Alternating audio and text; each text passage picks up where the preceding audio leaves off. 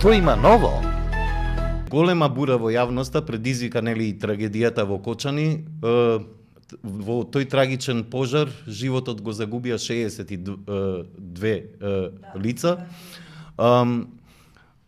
Се добива впечаток, има препукување постојано на релација меѓу власта и опозицијата. Опозицијата и дел од стручната јавност критикуваат за селективна истрага. Се уште полицајците, односно службените лица кои што биле присутни во дискотеката за време на пожарот, не се опфатени со истрагата, иако има постојано прашување до јавниот обвинител. Како ја оценувате вие истрагата за овој случај? Значи, јас не сум експерт да оценувам истрагата во детали, заради тоа што не ги имаме сите информации на располагање, меѓутоа, овие аргументи што ги наведовте, фрла некако сенка. Ајде да го дочекаме крајот, па да видиме што се ќе опфати истрагата, заради тоа што државниот јавен обвинител кажа дека се уште имаме распит на лица, дека списокот се уште не е оформен и предпоставувам дека сите што се со некаков дел, најмал дел поврзани, ќе се бидат опфатени во истрагата. Значи не би коментирала додека не завршува. Обвинителот кажа дека 13 години во тој објект не бил извршен инспекцијски надзор. Да. Што упатува, јавноста ја упатува на констатација дека имало постојано корупција, бидејќи таму не се вршеле инспекции, немало државни органи кои што постапувале за да видат дали е се во ред со тој. Ама што сакате вие повеќе од информацијата дека токму таму во тој кабаре клуб, како што официјално е регистриран, таму се собирале челници и од позиција и од опозиција и прославувале одредени радости, да кажам. Значи во истиот тој клуб. И сега кај ќе дојде инспекцијата? Па нашиот народ толку му треба. Ако некој, не знам, на каква позиција дојде, готово више тука. Јас сум со тебе и нема тука ни контрола ни ништо.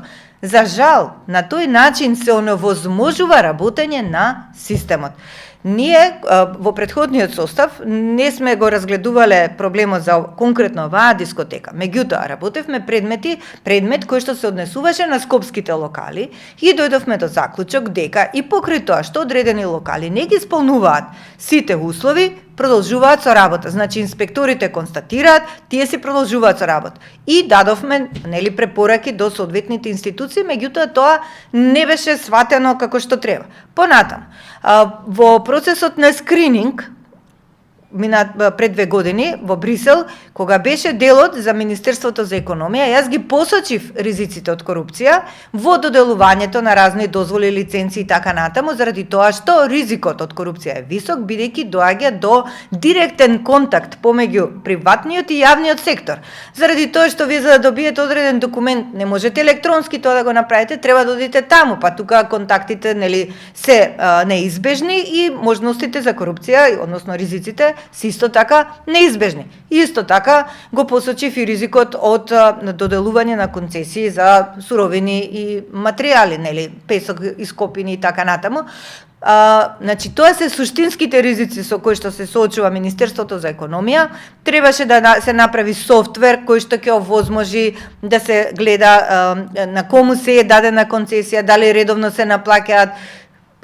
До сега ништо не е направено, иако од таа препорака до сега се поминати повеќе од 5 години. Значи, не се применуваат препораките што им се дадени од Државната комисија во тоа време. Од друга страна, дали министерот, кога ќе дојде како министер, не гледа кои му се неговите надлежности? Ако има надлежност да издава дозволи, па ќе види колку имам издадено дозволи, на кои објекти ги имам издадено, па една обична Excel табела може да заврши работа за да види каде се има регистрирано локали, дали ги исполнуваат условите или не ги исполнуваат.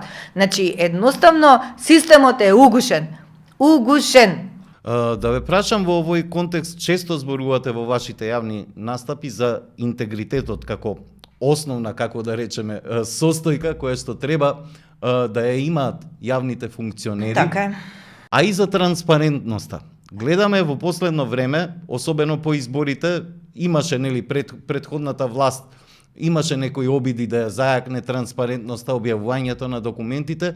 Се чини дека новата власт е често критикувана за намалување на транспарентноста.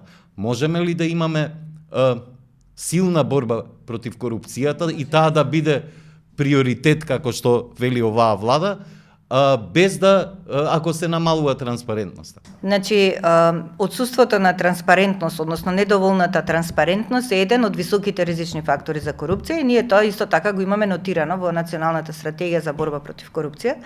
И сметам дека многу треба да се работи тука, дотолку повеќе што ние и од Греко имаме препорака, конкретно за владата, во петиот круг кажува дека владата мора да ги објави по име, по презиме сите советници, значи кои се, зашто се советници и колку се нивните износи. Претходната влада ги објави по притисок на јавноста.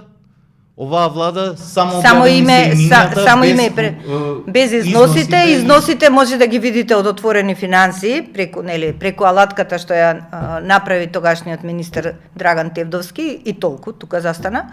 Меѓутоа покрај тоа Греко бара, значи не само тоа, него да се напише и од каде доаѓаат, значи која им е матична институција или што им е основна дејност на тие што се советници, значи дали се тие едноставно како да кажам соодветни за да бидат советници на таа област. Ете. Меѓутоа, она што мене исто така ми е тука симптоматично, сите тие области за кои што се наведени советниците се всушност области за кои што има посебни министерства. Што е прашањето? Зошто се потребни советници, кога од друга страна имаме ние цела машинерија, министерства кои што ќе си ја сработат работата? Зошто се потребни да имаме советници кои што си земаат по 1000-1500 евра месечен приход? Притоа, ги нема закачено договорите, да видиме што се договориле дека ќе исполнат, нити пак имаме увид во извештаите што би требало да ги поднесат, што завршиле за тие пари. Значи, еве ви недостаток во рамките на владата. Од друга страна, секоја влада добива избори со тоа што ќе каже ние ќе се бориме против корупција и народот сирот во очај дека ќе се направи нешто, верува. Имаме ли простор за доверба? Довербата се гради и зашто да немаме основа за доверба, затоа што државата се граѓаните, значи граѓаните мора да се ја јакнат својата свест. Заради тоа што тие се тие што бираат, тие се тие што треба да кажат не за корупцијата, затоа што корупцијата има две страни. Еден е тој што моли од едната страна, а другиот е тој што злоупотребува службена дејност од другата страна. Значи и граѓаните се наоѓаат понекогаш во некоја подчинета состојба кога молат, дали било за здравје, дали било кога им е најтешко молат нешто, меѓутоа треба да пријавуваат доколку некој им бара мито и корупција за да им ја заврши онаа работа која што едноставно плата зимаат за да ја сработат, Така што граѓаните мора да отворат очи, да бидат свесни дека тие се суштинскиот дел од општеството, дека тие не смеат да подклекнуваат пред корупцијата и дека и нивниот интегритет и те како е важен во оваа држава за да нема корупција. Од друга страна, ова што сакав да кажам, секоја влада кажува ќе се бориме. Прво, институциите кои што се за борба против корупција, кои што треба да откриваат и да гонат, како што обвинителството, судството, кои што постојано се жалат дека немаат соодветно ресурси, дали било материјално-технички, дали било човечки. Тука треба владата да излезе од својот борч и да им ги овозможи тие услови, да не бидат луѓето, највеќе можеш некому да му запреш да не работи, ако му даваш многу задачи, а не му даваш можност да го направи, односно не му даваш услови. Нашите обвинители се наоѓаат во таква ситуација. Дали они ефикасни се, дали со расположливите ресурси доволно, си ја завршуваат својата работа, тоа е друго прашање. Меѓутоа, она што е неопходно, треба да им се обезбеди. Од друга страна, исто така работевме и една анализа за ранливост на овие институции и за интегритетот во правосудниот систем, заедно со мисијата на ОПСЕ, каде што излегоа многу високи ризици, дали било во обвинителството, дали било во судството. И тоа е многу добра основа државата да делува. Ја не знам зашто не се земаат во предвид тие подготвени анализи кои што може да бидат добра алатка за да се преземат соодветни мерки и да се надминуваат. Меѓутоа, како највеќе ќе се избориме? Најмногу ќе се избориме со личен пример. Значи, личен пример на носителите на јавната функција. За еден носител на јавна функција да не дојде во ситуација, да не дојде во морална дилема, дали ќе се подведе на својот личен интерес или интересот на блиско лице или не знам на партиски интерес или така натаму, значи за да не се подведе на таков интерес, треба пред се да размислува на јавниот интерес и на интересот на граѓаните. А за да го направи тоа, му треба висока етичка свест. Без етичка свест, ние немаме морален компас во општеството. И што сакаме повеќе? Значи, мора да расте, да се зајакнува етичката свест. Затоа, можеби, преска ви реков и пак ја повторам, можеби најдобар одговор зашто ова ни се случува, може да дадат психолозите. Заради тоа што една од причините за корупцијата е и психолошкиот аспект. Желбата за мок, желбата за позиција, желбата, суетата да се нахрани, егото да се нахрани. Тоа све се психолошки појави. Тоа се психолошки појави.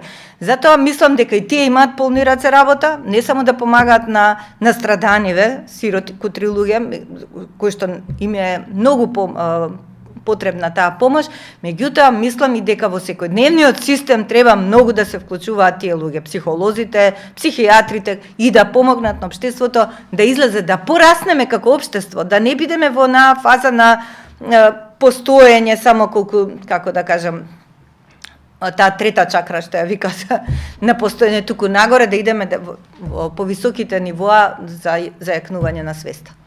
Ви благодарам многу за овој разговор. Благодарам и на вас за поканата. Што има ново? Што